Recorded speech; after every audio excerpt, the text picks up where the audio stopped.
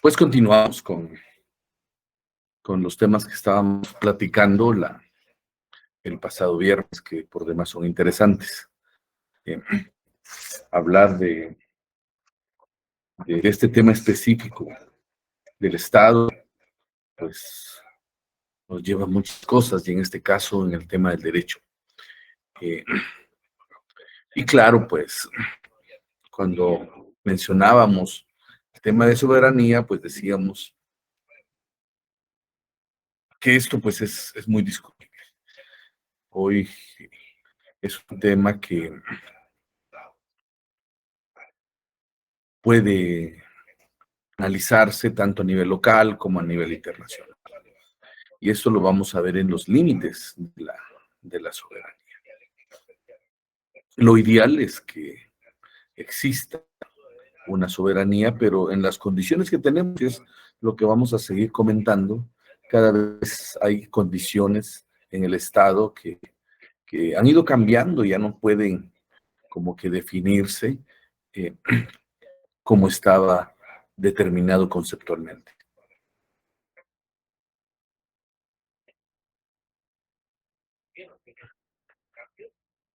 Y entonces hay en la teoría dos tipos de límites en la soberanía.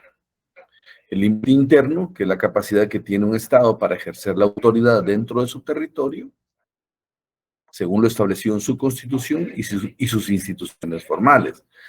Hay ahí una parte donde, pues, según la democracia, pues debe regirse a la ley y, y la autoridad, pues, está definida en un territorio y las instituciones ayudan a que esto, pues, tenga un ejercicio adecuado. Pero la autoridad, digamos, de un gobierno no puede tener un poder excesivo y por eso es que existe alguna limitación ahí, no como tenían los reyes en la antigüedad, que eran los soberanos y su poder era ilimitado. Entonces, la soberanía aquí, cuando decimos que es el pueblo, pero también vamos otra vez, el pueblo es el que manda, decimos en la democracia, tampoco eso es tan posible, porque entonces tendríamos una anarquía. Entonces, de ir equilibrando y dándole algún límite a este concepto de soberanía. Y lo cual es discutible. Hablábamos el viernes pasado que algunos países, como el nuestro, hablan de soberanía. No queremos que interfieran en nuestra soberanía. Y aquí vamos a entrar un poco en la parte de esto del límite externo. Y este principio pues afirma la independencia del Estado respecto de otros estados. ¿Sí? El punto acá es que esto se supone que todos los estados a nivel mundial debieran de ser soberanos. Pero esto también se vuelve relativo porque eh, se han ido creando los organismos internacionales un poco para ir controlando que algún estado no abuse de otros estados. Las guerras mundiales se han dado en la medida en que aparece el abuso de algún estado y entonces para evitar eso se crean estos conceptos de organismos internacionales para un poco ver el tema, del control también del poder a nivel mundial. Y de alguna u otra manera, pues los estados, y no es que pierdan su soberanía, porque empieza esto como a relativizarse, y entonces aceptan, por ejemplo, la vigencia del derecho internacional. Entonces hay condiciones y situaciones que se deben ir aceptando en la medida en que un país es parte de un organismo internacional. Y por eso es que muchos esperan ser reconocidos, mucho del apoyo que, por ejemplo, recibimos de Taiwán, es porque el territorio, pues, lo reclama China. Y entonces, es como en algún momento pasa con nosotros con Belice, decimos hay una parte de Belice que debe ser nuestra. Sin embargo, Belice, pues, ya fue reconocido por Naciones Unidas y es un poco difícil. Entramos estira y encoge para ver si realmente podemos pelear ese territorio. Entonces hay territorios que han tenido algún nivel de discusión, pero que cuando nosotros vamos a los, a, la- a las cortes internacionales, queremos decir, queremos pelear esto, pues ya Guatemala inició un proceso y bueno, creo que no ha pasado mayor cosa, por lo menos se hizo consulta popular de que esto se decidiera en una corte internacional, creo que inició la pandemia, Belice ya no lo hizo, por ejemplo. El punto está en que entonces ya no es tan fácil el tema de la soberanía a nivel internacional. Alguien mencionaba ahí cómo Estados Unidos tiene pues injerencia en los temas de soberanía internacional. Pero es porque Estados Unidos, por ser muy poderoso, financia, por ejemplo, Naciones Unidas. 25% del financiamiento de Naciones Unidas viene de Estados Unidos. Guatemala creo que aporta el 0.0 algo. Y todo depende del tamaño de las economías mundiales. Entonces, el Consejo de Seguridad de Naciones Unidas y sus actuaciones conduce a que únicamente las potencias militares gozan de una soberanía efectiva. Y es una limitación para la soberanía de los estados más débiles. Y aquí, por ejemplo, hay algunos que han dicho, porque, por ejemplo, Rusia es parte de los que tiene derecho a veto en Naciones Unidas. De las potencias aliadas que se unieron en la última guerra para poder acabar con lo que quería hacer Hitler, pues consideraron que los que liderarían esos países eh, ganar la Segunda Guerra Mundial, pues son los que tienen derecho a veto. Y entonces Rusia es parte de eso. Y hoy, pues con el tema de Ucrania, pues por ahí están peleando. Lo que quizás la gente no ve es que hay un problema añejo, decíamos también, que de alguna manera Estados Unidos tiene intereses reales ahí, y entonces pone a pelear a Ucrania. Al final, no es que todos los países se hayan puesto, digamos, del lado de Ucrania, ¿no? Precisamente. En los últimos discursos, Ucrania llegó a exigir a Naciones Unidas que realmente sean más fuertes y drásticos con Rusia. Sin embargo, tampoco ha podido los países poder ser drásticos con Rusia. ¿Y por qué? Porque también dependen de Rusia. Rusia se preparó en muchas cosas porque si hablamos desde hace cuántos años viene el problema con Ucrania, pues económicamente también se preparó Rusia y tampoco es que lo hayan desestabilizado totalmente, porque el tema económico es el que de alguna manera se condiciona este tipo de conflictos. Entonces, ¿somos soberanos? Es un poco difícil. Los estados débiles difícilmente pueden ser realmente soberanos en el juego de la política internacional. Va a ser soberano quizás Estados Unidos, quizás Inglaterra, los grandes países, China, que son los que decía tienen las economías más grandes y son los que tienen el famoso derecho a veto en Naciones Unidas. Entonces, ¿dónde queda el concepto de soberanía? ¿Dónde queda el concepto de límite externo? Para poder decir, sí, este límite externo existe y todos los estados respetan a los demás estados y nadie se mete con ningún otro estado. Termina siendo como una teoría, pero no solo es teoría, sino porque a veces es que existen realmente problemas y al final, pues, esto debe como que relativizarse. Leo un poquito comentarios. Mencionan lo de Ucrania. Roberto dice que no hay soberanía porque a pesar que otros estados reconocen la soberanía de cada estado, estos mismos los quieren gobernar. La OTAN solo es un medio de presión a otras potencias, ¿sí? Porque tarde o temprano entre ellos intentarán conquistarse China, Corea, Rusia, Estados Unidos, Inglaterra. No, y definitivamente aquí otra vez aparecen los temas y nacen de los temas económicos, como yo les comentaba en algún momento.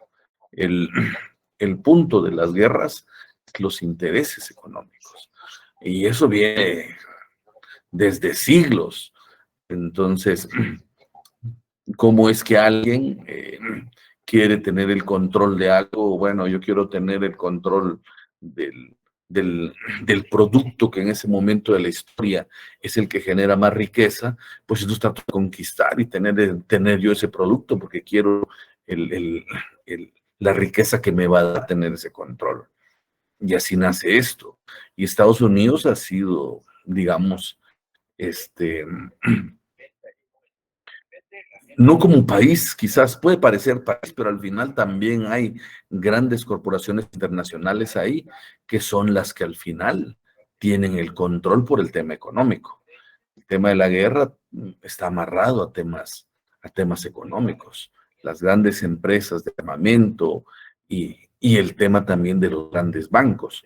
Los que dan deuda externa no es, digamos, Estados Unidos, el Fondo Monetario Internacional, el Banco Interamericano de Desarrollo. Al final hay gente ahí con mucho poder económico, que es la que mete la plata ahí y entonces ahora hasta hipoteca países. Entonces, ¿cómo queda entonces este concepto de soberanía? Si son pequeños grupos y al final, así como funcionan los organismos, son los que tienen el control del poder a nivel mundial. En la medida que aumenta la actividad normativa de estos organismos, se reduce y se limita la capacidad legislativa de un Estado nacional. Entonces, hablamos de soberanía. Al final la soberanía tiene sus propios límites.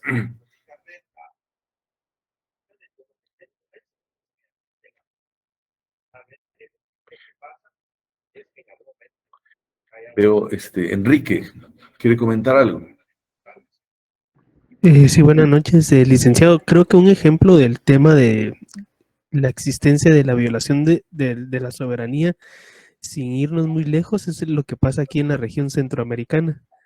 Los intereses que tiene, por un lado, Taiwán y Rusia, no, perdón, China y Rusia, en ciertos países como Nicaragua o Costa Rica, y el caso de los otros tres países que son el Triángulo Norte, los intereses que representan a Estados Unidos. Entonces, pareciera que son naciones pequeñas, pero ya en su conjunto, toda esta región centroamericana económicamente resulta de un beneficio para estas grandes potencias. Entonces vemos ahí también cómo estas grandes potencias han en determinado momento violado la soberanía de cada una de estas naciones, ¿verdad?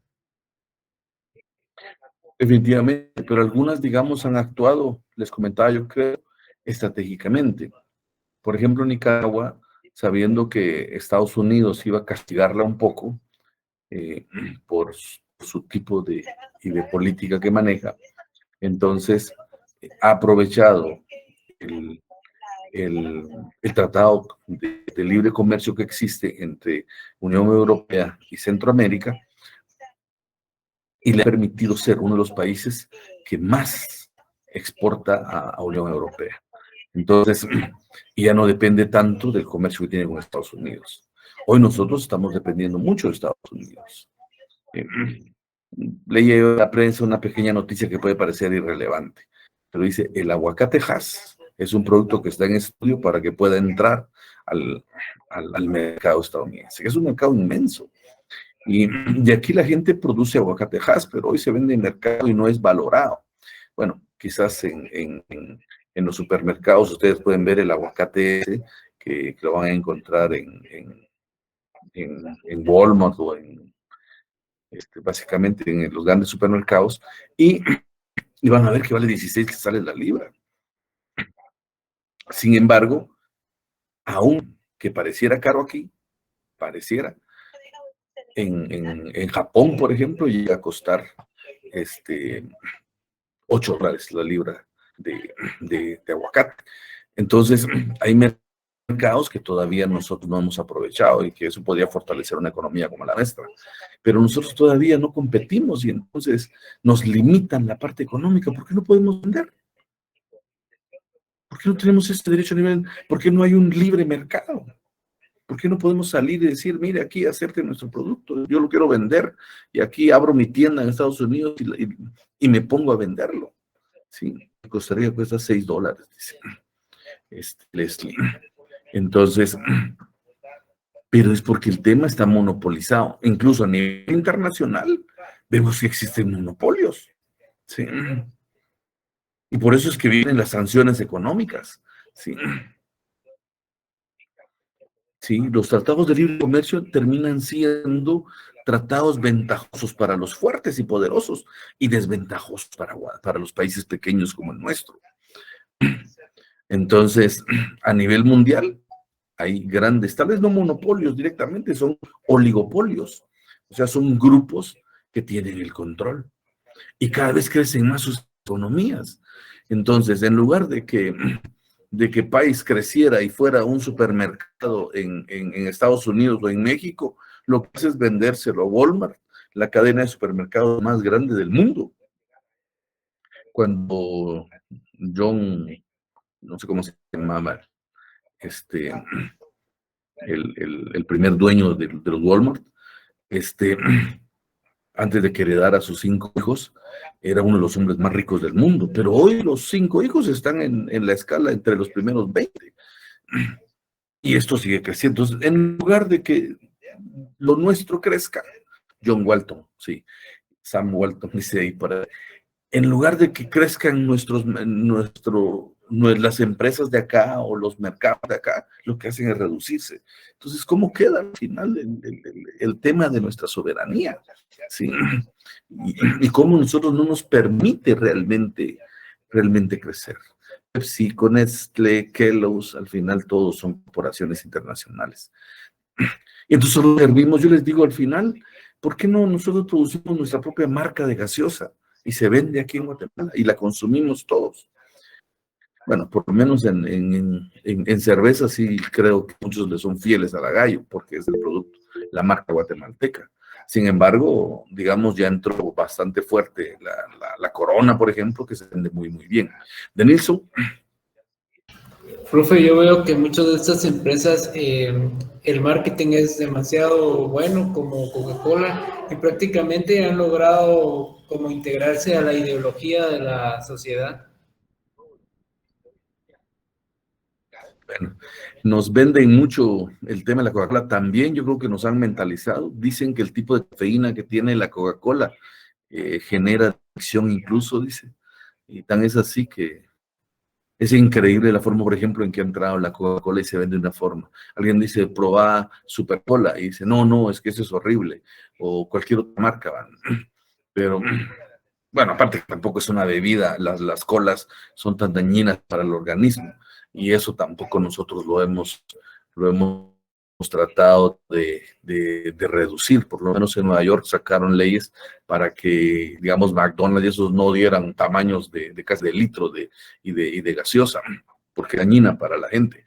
Entonces, pero aquí todavía nosotros esperamos mientras más grande, mejor, y mejor si nos dan refil y de gaseosa. Entonces, esas economías internacionales fácilmente entran y nosotros no podemos salir. Enrique.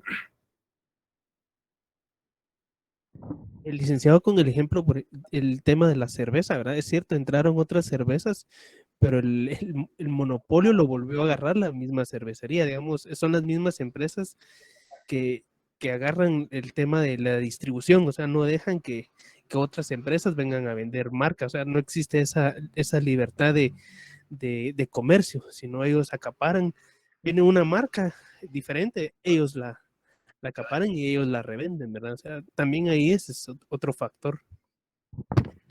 Y venden la marca, o sea, digamos, la coca que nos tomamos no es la coca producida en Atlanta, Georgia, es una coca producida acá, envasada acá. Y eso, pues, igual en muchas de las cervezas, sí, Heineken estoy tomando porque estoy viendo la Champions. Sí, pero esta es producida aquí en Guatemala y es envasada acá. Edwin, Rolando. Sí, buenas noches, licenciado, compañero, buenas noches. Cabal, lo que usted acaba de comentar, igual en la Coca-Cola lo que hacen es vender la fórmula para que se produzca aquí en Guatemala, en plantas, ¿verdad? Y lo que hacen es vender la franquicia para que ellos produzcan y solo tienen supervisiones de calidad de producción. Igualmente, con lo que decía el compañero, viene una cerveza extranjera y la cervecería le saca una producción equivalente a la que traen, ¿verdad? El caso de la cerveza brava, y empezaron a sacar la ICE para competirle a ese nivel por precio y por calidad. Igualmente, cuando quisieron venir las cervezas mexicanas, la Sol, la Tecate, igualmente sacaron productos alternos que fueran parecidos y sacarlos del mercado, ¿no? La Tecate no ha logrado entrar ni esas cervezas mexicanas. Eh, pero el punto aquí al final es, en temas económicos, no es cómo va a funcionar el tema soberano. O sea, a mí me pueden amontonar cosas, pero yo no puedo salir a vender.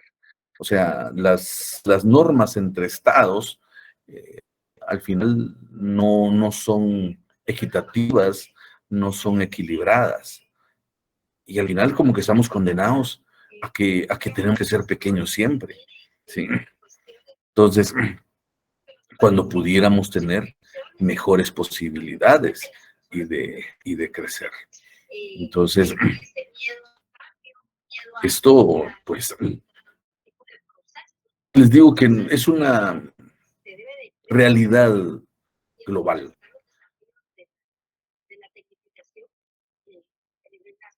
Que Roberto dice, el caso McDonald's es bienes inmuebles, pues compran los terrenos, construyen. ¿No? Sí, puede ser. Entonces volvemos al concepto de Estado Nacional, ¿sí? Exige una revisión teórica.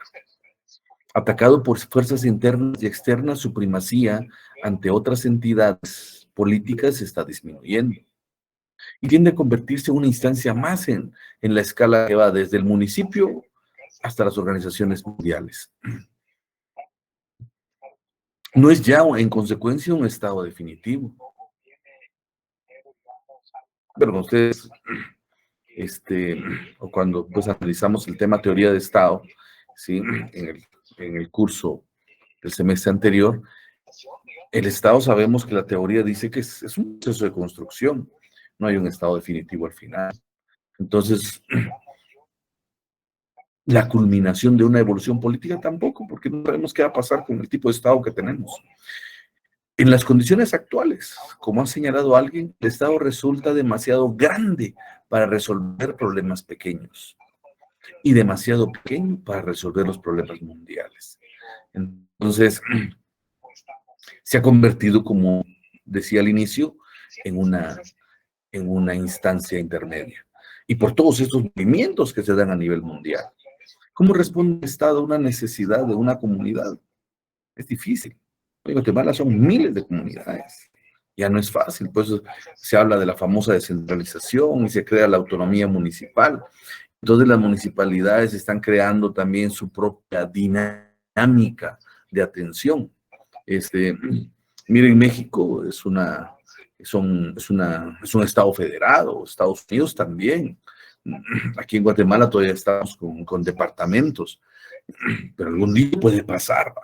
Que veamos que la necesidad es que cada región vea sus propios intereses, incluso legisle de acuerdo a sus propios intereses. Aquí se ha planteado mucho el tema de la planificación territorial para que funcione un Estado o la atención que va a brindar el Estado en cada territorio, en cada territorio de acuerdo a sus posibilidades y a sus necesidades. Pero hoy por hoy eso se ha quedado en mucha teoría. Se plantea desde SG-Plan hacer los procesos y de planificación territorial, pero en el proceso de ejecución todavía queda corto.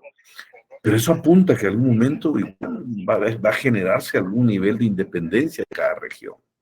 Eso es una fuerza interna, cada vez exige más que haya una respuesta específica para ciertos grupos, para cierto sector.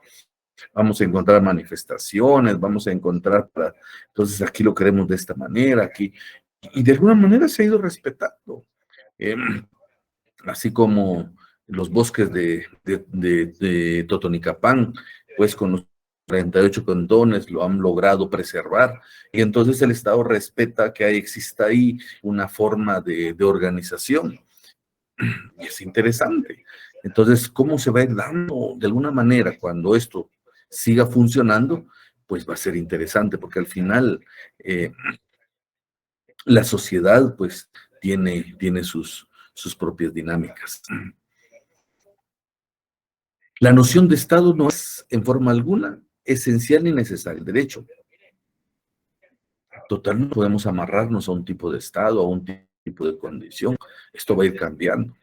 Más bien el derecho se va transformando y se va adaptando. Y que la importante participación que ha tenido en la producción del derecho no pasa a ser más que una contingencia histórica. Pero en su momento, pues, en su momento histórico va a generar algún tipo de legislación, pero esto al final va a responder a muchas otras cosas, no específicamente a un estado estático, que no cambia, que lo definimos así va a ser, pero ni siquiera en los países que tienen todavía gobiernos totalitarios, no se puede. Al final tratar de hacer que algo no cambie es difícil. Y luego vemos todo el empuje que hay a nivel internacional. Eso también hace cambiar las condiciones. Por ejemplo, Cuba, ¿cuánto tiempo ha pasado con todas las sanciones económicas que ha tenido?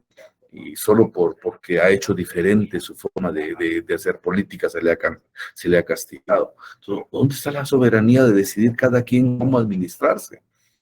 Pero no le ponen sanciones económicas, qué sé yo, a los países árabes o los países musulmanes que han tenido, pues, muchos abusos a los derechos humanos. No hay, no, porque hay gente muy poderosa y con mucho petróleo, entonces ahí no hay ningún problema. Pero sí a países pequeños que tratan de decir, están en su derecho, puede ser que se equivoquen o no, pero dicen queremos hacer las cosas de esta manera, y entonces vienen y lo sancionan. O cuando empiezan a renunciar a este tipo de tendencia económica de que venga las grandes empresas a aprovecharse de la economía nacional. Por entonces, McDonald's y la riqueza que produce esa institución no se queda en Guatemala. Pues sí dan trabajo, pero la riqueza que produce se va. Entonces luego ya aparecen succionadores de riqueza, pero igual lo consumimos, vamos, compramos, y aun cuando sea comida chatarra. Entonces, hay países que incluso en su momento, cuando estuvo gobernando Morales, ahorita no sé cómo estará, prohibió cosas, prohibió que si la Coca-Cola, que si McDonald's, que le cerró las puertas, y por eso se enojan los estadounidenses, porque entonces dice, ellos sí nos pueden llegar a nosotros llegar a venderles aguacate, que no es una gran cosa, pero ellos sí tienen el derecho de ir a ponernos e imponernos su comercio y sus ventas de comida chatarra. Entonces, no hay una equiparación real en este sentido. ¿Sí? Solo veo un par de comentarios. Lilia Elizabeth Pérez dice, se implementan políticas de planificación en CGPLAN, sin embargo, algunas no se cumplen en la ejecución, ya porque el POA y PEI no se llegan a culminar el gobierno de los 4 años y cuando inicia otros no se les da seguimiento. En esta parte, sí, los POA y los PEI, a veces tampoco es que estén, digamos, debiera de ser. Tenemos como Estado, generamos prioridades de Estado. Y entonces vamos a planificar esta prioridad de Estado. Y entonces decimos que tenemos metas, incluso en el CATUM 32 hay metas que debemos de cumplir para el 2032. Y esto, pues, todavía estamos lejos de cumplirlo.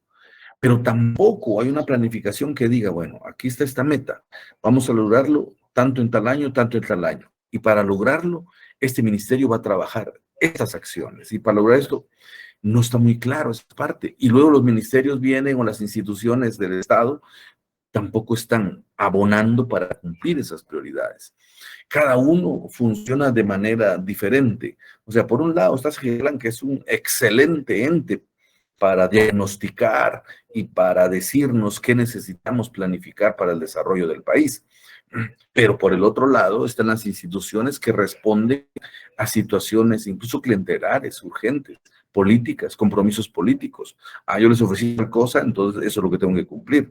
Hay prioridades, sí, pero lo que importa ahorita es responderles inmediatamente con lo que se pidió. Y entonces lo que hacen es alinear, dicen, esto que vamos a hacer, como que en qué prioridad entra, entonces metámoslo ahí, entonces decimos que estamos trabajando con esas líneas de planificación.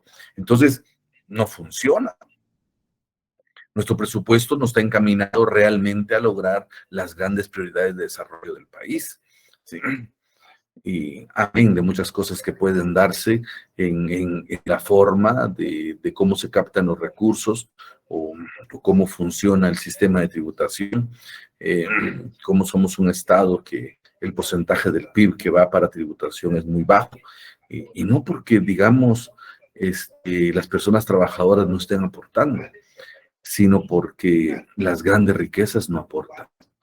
Entonces, debe ser una dinámica diferente. Las políticas son de gobierno de turno y no de Estado, sí, lamentablemente. Ese presupuesto por resultados, sí, solo está en la forma. El presupuesto por resultados solo es forma al final. Entonces, ¿por qué? Porque solo pongo metas. Ah, sí, capacité 30, sí, ahí está mi resultado, entonces sí. Entonces gasté para eso y solo voy evaluando si logré. Y lo peor es cómo medimos el presupuesto. Se mide por ejecución, no por resultado. Ustedes van a ver, este ministerio no se ha gastado todo el dinero, entonces no sirve. No se ha gastado todo el dinero. Y puede ser que alguien esté trabajando dando resultados, pero no se está gastando el dinero, entonces dice, este no sirve porque no se está gastando el dinero, en lugar de ver si realmente está logrando resultados. Y al final corren, transfieren, compremos más carros, compremos más esto, gastémoslo en cualquier otra cosa. Y no se está cumpliendo entonces, porque al final el resultado de ejecución presupuestaria es dinero y no precisamente el resultado de actividad de impacto hasta el beneficiario de la población. Y mucho, y sigue siendo el Estado una fuente laboral, porque cada vez crece más el aparato estatal. Entonces volvemos al punto, o sea, aquí hay tantas cosas pasa en nuestro país, cómo funciona este Estado, no es tan fácil saber para dónde vamos, algunos dicen este Estado es un Estado fallido, puede ser, tenemos que quizás en algún momento revisar cómo funciona un cambio constitucional para que nos replantee el Estado que tenemos, porque no es sencillo cómo ha funcionado.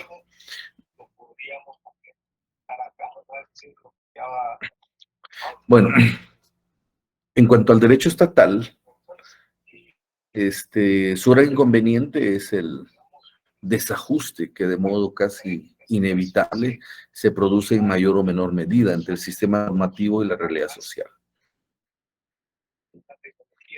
Se crea un sistema jurídico para que funcione algo, bueno, se supone, pero la realidad social muchas veces no es así. Al final, ¿cuál es el nivel de efectividad de la ley? Y cómo este sistema realmente nos está garantizando funcionar adecuadamente o en el ideal que esperamos de país. Hay un desajuste por ahí, que nunca es fácil, que nunca es fácil. Mucha de la respuesta es el tema democrático, ¿sí?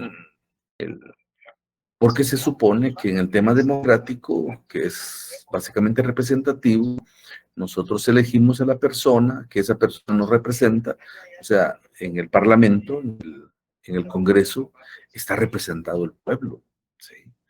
Y ellos se supone que el mismo pueblo se da a sí mismo las leyes. Debiera ser capacidad de los legisladores recoger las verdaderas intenciones del pueblo y llevarlas al Parlamento para decidir ahí cómo debe funcionar la ley, ¿sí?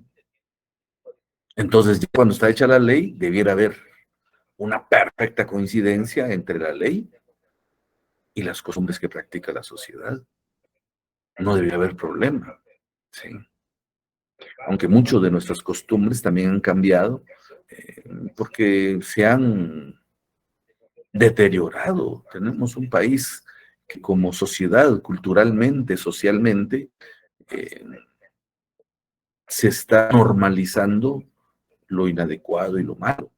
Es como el tema de la corrupción. Entonces lo aceptamos, lo toleramos y lo mantenemos. O como el tema de la explotación económica.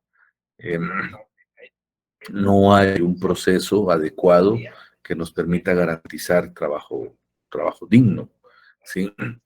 Y entonces vamos teniendo algún nivel de problema para poder funcionar como país. Y al final, pues todo por necesidad, pues está bien, trabajamos, ganamos poco, y no importa porque esa es nuestra realidad y no es lo que quisiéramos aceptar como sociedad, pero lo hemos aceptado, lo hemos tolerado. Y entonces, ¿hasta dónde lo normativo realmente responde a lo que deseamos y aspiramos como sociedad? Dice aquí Roberto, recuerdo que cuando reconstruyeron el gallinero del terminal que se quemó y era una galera, su reconstrucción fue valorada en 32 millones. Y al final fue una galera. Lo que menos hacen, legislan para su propio beneficio.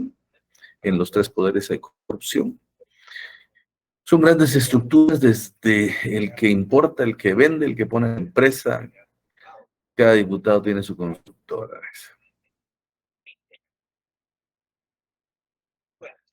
Hay entonces todo un esquema que no nos permite entonces decir, este es el sistema normativo que se supone nos va a generar la condición ideal de Estado, y esta es la realidad social, y no empatan. Debieran de empatar, pero no empatan. Las sociedades presentan intereses contrarios y distintos tipos de opinión en torno a los más diversos temas. Cada vez somos más y en la medida en que la educación, la información ha crecido, pues ya vamos pensando de manera diferente. Y hoy ustedes también, cada quien va a ir interpretando la información con su propia perspectiva. Va a escuchar lo que digo, que basado en lo que dicen los textos, basado en lo que trabajamos a partir de nuestra experiencia social, legal, educativa, pero esto va a ir favoreciendo también un propio concepto de ustedes. Y así la sociedad, todos tienen diferentes puntos de vista. Esto pues genera mucha complejidad. Porque aparte hay sectores, las clases sociales, los grupos profesionales y económicos, ¿sí? Hay intereses regionales e intereses corporativos. Y esto nos fragmenta la opinión, porque cada quien va a defender su interés, ¿sí? Entonces los grupos, de alguna manera, pues van ahí buscando la forma como garanticen que se mantengan sus intereses. Y hoy por hoy, esas constructoras que quieren mantenerse digamos, con negocios con el Estado, porque al final son empresas creadas para trabajar el Estado. No son constructoras eficientes que estén construyendo obras privadas, no. Lo ideal es tomar lo que funciona bien a nivel privado y desarrollarlo para llevarlo al tema público. Pero no, hoy por hoy, incluso creo yo que hasta lo privado se ha vuelto muy caro. Van a construir un centro comercial que, no sé, al final dicen que costó no sé cuántos millones de dólares. Pero está bien si se ve que está bonito y todo, pero cuando vemos nosotros la obra pública y lo que cuesta, entonces uno dice aquí algo está pasando. Pero al final hay intereses de grupos económicos o los profesionales en el tema aquí y del derecho. El grupo es un tema muy político, el tema profesional. Los colegios profesionales tienen mucha injerencia en el tema político de Estado. La misma universidad, el decano, el rector, tienen papeles fundamentales en la constitución del Estado. Algún día quizás habría que tal vez ir creando más universidades públicas y no mantenernos con una. Porque del otro lado también se han creado universidades privadas. La primera carrera que ponen es Derecho. ¿Y por qué? Porque quieren tener injerencia en la política de Estado. Ya entendieron que así funciona, entonces metámonos también, porque entonces a la hora de generar comisiones de postulación nos toman en cuenta. Entonces vemos el costo que pueda generar una universidad, si no importa, no siempre va a ver, la sociedad sigue creciendo. Y cuando sea una universidad pobre, no importa, lo que le interesa a las autoridades es ir buscando cómo negocian en los espacios de poder. Es increíble. Entonces, y cuando pudiéramos esperar que las universidades privadas puedan decir, no, esto en las comisiones de postulación no hay que apoyar tal cosa, pues no se da cuenta que no, dicen, no, eso no importa. Y entonces avalan, toleran cosas, que sí, que solo se metieron por interés que de plano pueden estar negociando en el trasfondo.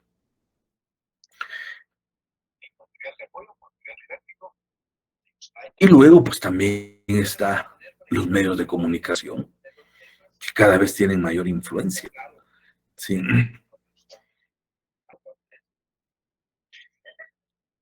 Yo por eso cambiaría, no sé qué dice, para los políticos y el sector donante, 4 años son pocos para robar. El apartado estatal es politizado, el aparato obedece a intereses de clase.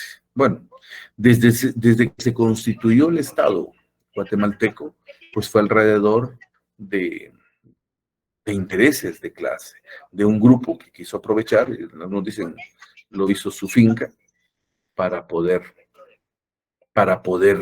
enriquecerse más. Ya no dependemos de España y ahora que nosotros nos enriquecemos.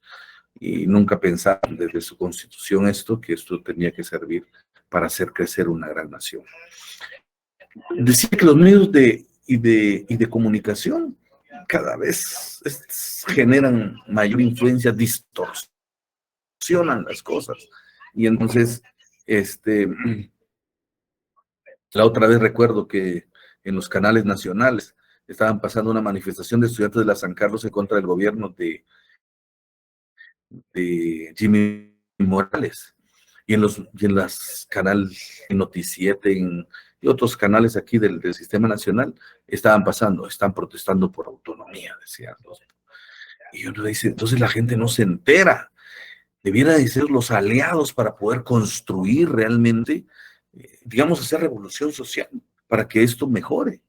Pero entonces se genera algún nivel de manipulación desde los medios. Hoy, digamos, las redes sociales podrían ser también un mecanismo bueno para generar también información, pero también los que quieren manipular las cosas generan sus centros de net center y buscan otra vez manipular a la sociedad. Es complicado. Entonces, en ese mar de condiciones y todo, tenemos pues un Congreso que debe legislar. Y al final, pues va a ir respondiendo a todos esos intereses. Ese es el Estado que tenemos, con todos esos grupos buscando su interés particular. Y ellos tratan de legislar para eso.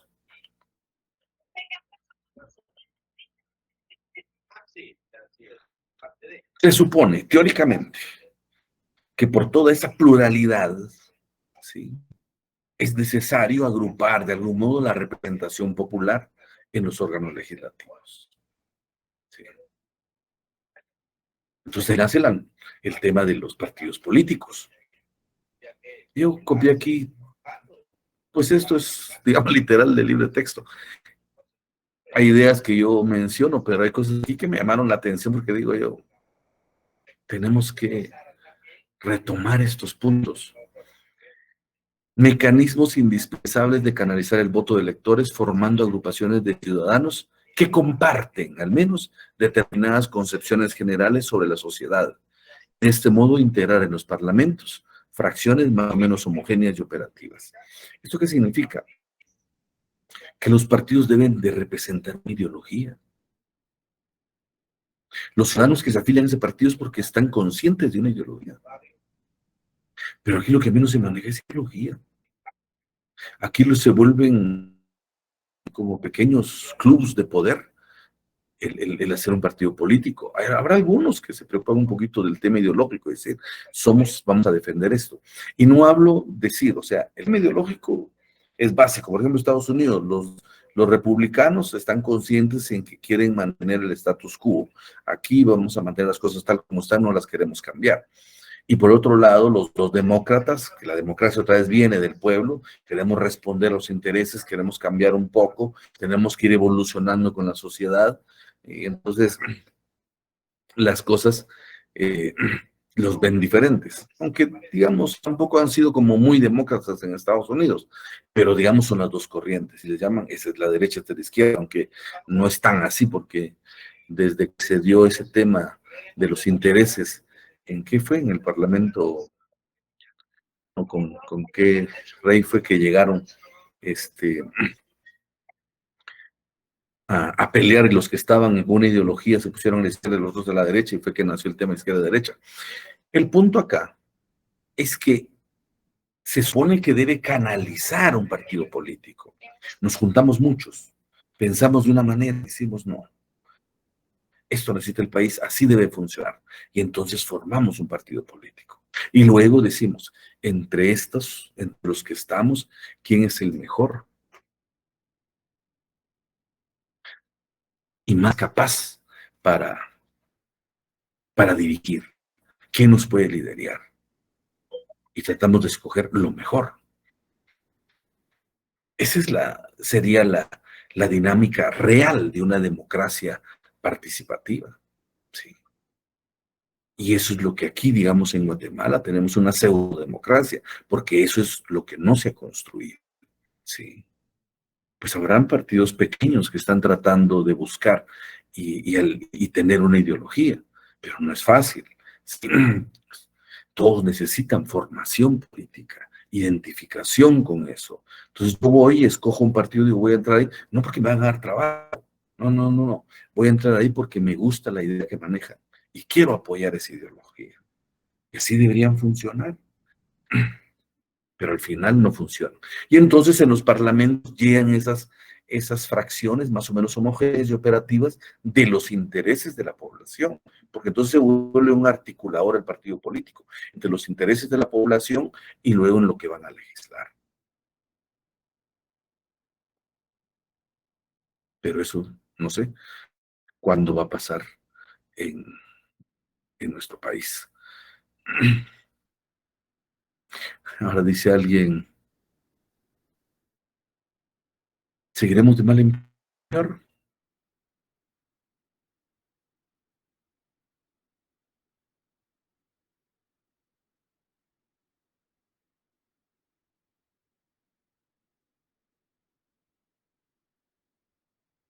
No sé, el Huyo y que sea los corruptos de la tierra, serían demasiados. En Guatemala sería mucha población. Y es que a muchos les gusta la corrupción. Y muchos quieren enriquecerse rápidamente. Y ven el modelo político perfecto para enriquecerse. Ya me cansé de ser pobre, diría alguien. Entonces me voy a meter a la política y entonces poco a poco ahí vamos a ir ganando y vamos a hacer algo. No vamos a generalizar, porque en el mundo político hay algunos que luchan y tratan de construir. No es fácil, ¿sí? Y sin embargo, al final terminan siendo los menos, ¿sí? Los más son los que están interesados en que las cosas no cambien y mejor si se sigue manteniendo las cosas con niveles de corrupción. Hay una dificultad de cumplir con la opinión, que de por sí la opinión es complicada, la opinión de la población. Entonces, al final, las leyes solo tienen el apoyo de una parte de la población. No es fácil, ¿sí? Ahora, cuando la mayoría está en contra, pues protestan y todo, y al final, pues, terminan haciendo algún nivel de presión social para que esa ley no salga. Porque al final debíamos estar nosotros conscientes de que necesitamos esa ley. O sea, no debe ser una imposición de algunos que piensan que esto debe ser lo correcto, sino que debe ser una decisión social.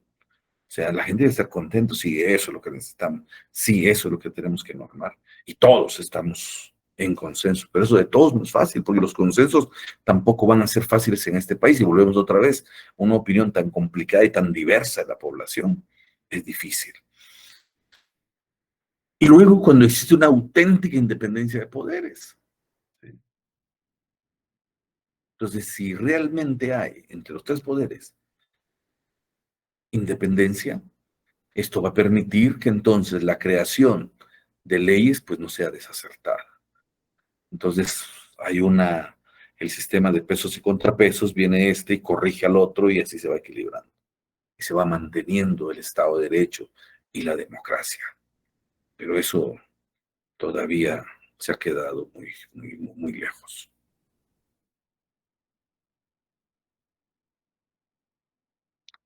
La presión política, pues, puede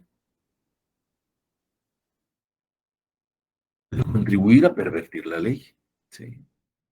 Y presión política es de diversos sectores. Puede ser la población, grupos de la población, ¿sí? O puede ser también desde ciertos sectores poderosos que les interese que se legisle algo, ¿sí? Entonces no es tan sencillo esto de la presión política. Y ahora, en una democracia participativa en Guatemala tenemos las posibilidades. La sociedad puede promover legislación. Y como hay tanto tema diverso, pues obvio, los legisladores no van a ser expertos en todos los temas. Y vamos a caer otra vez a lo ideal, ¿va? Que debiera pasar por un proceso de ONSEC, la contratación de asesores para que sean especialistas en temas. Este es asesor de la Comisión de Energía y Minas. Bueno, tiene que ser especialista en conocer los temas de energía y minas. Y entonces él va a ser asesor del Congreso. Este es para asesor para la Comisión de Educación. Este tiene experiencia en administración pública y educativa y sabe los procesos, es maestro y va de asesor. Y tiene claridad de cómo debe ser la legislación educativa. Imagínense que se diera eso, sería interesante. ¿Por qué? Porque el que es delegado por el pueblo va a representarlo, no va a conocer todos los temas. Entonces debieran haber asesores especializados que realmente alimenten ese conocimiento. Pero cuando ustedes ven ahí que los asesores no precisamente son especialistas, entonces uno dice, al final, ¿qué puede salir en esa legislación? La ventaja es que hay grupos, como la universidad puede hacerlo, también hay grupos organizados que promueven la creación de leyes. Claro que muchas veces lo que hacen es mejor, porque hay que reunir firmas para poder proponer una ley. Entonces, ¿qué hace el grupo? Va a nivel quizás de bancada o a nivel de alguien específico. Aquí está la propuesta y ayúdenos a que vaya. Así se han logrado legislaciones específicas para grupos u organizaciones y esto ha permitido también que ese tipo de leyes no tenga ningún problema porque nace del interés del grupo. Por ejemplo,